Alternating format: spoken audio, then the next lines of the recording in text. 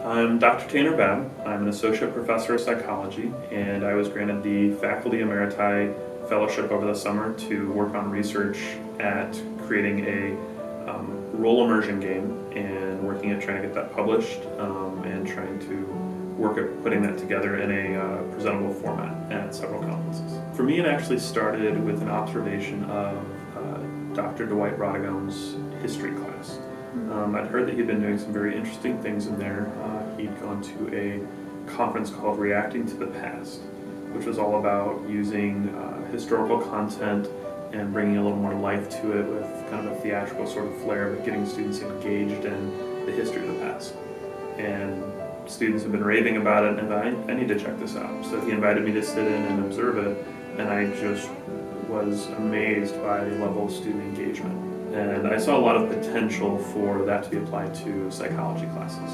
And so I did a little experiment over J-term where I created a not historical situation, but a science fiction situation. I'm also a big Star Wars fan, and so I decided, we'll take something that students know a lot about, and this happened to occur about the same time as a new Star Wars movie, so there was a lot of hype about it, and I decided, why don't I create the same sort of structure and see how it goes for students? So I created a class over J-term called the Philosophy, Theology, and Psychology of Star Wars, and it used different ethical situations,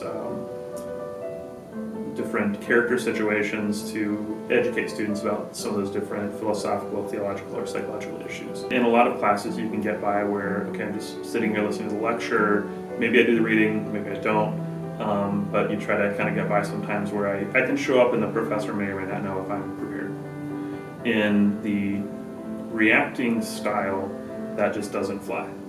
When you go into a reacting game, everybody knows if you're unprepared because you play a role, and you have to be educated about your role. You have to know the background of your character, how they fit into that either historical or, in my case, science fiction context.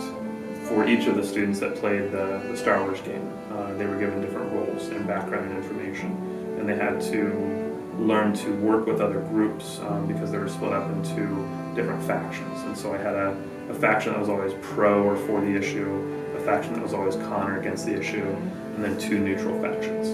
And part of the class was debating in a way to where you were able to convince people from other perspectives that yours was the right or the worthy perspective.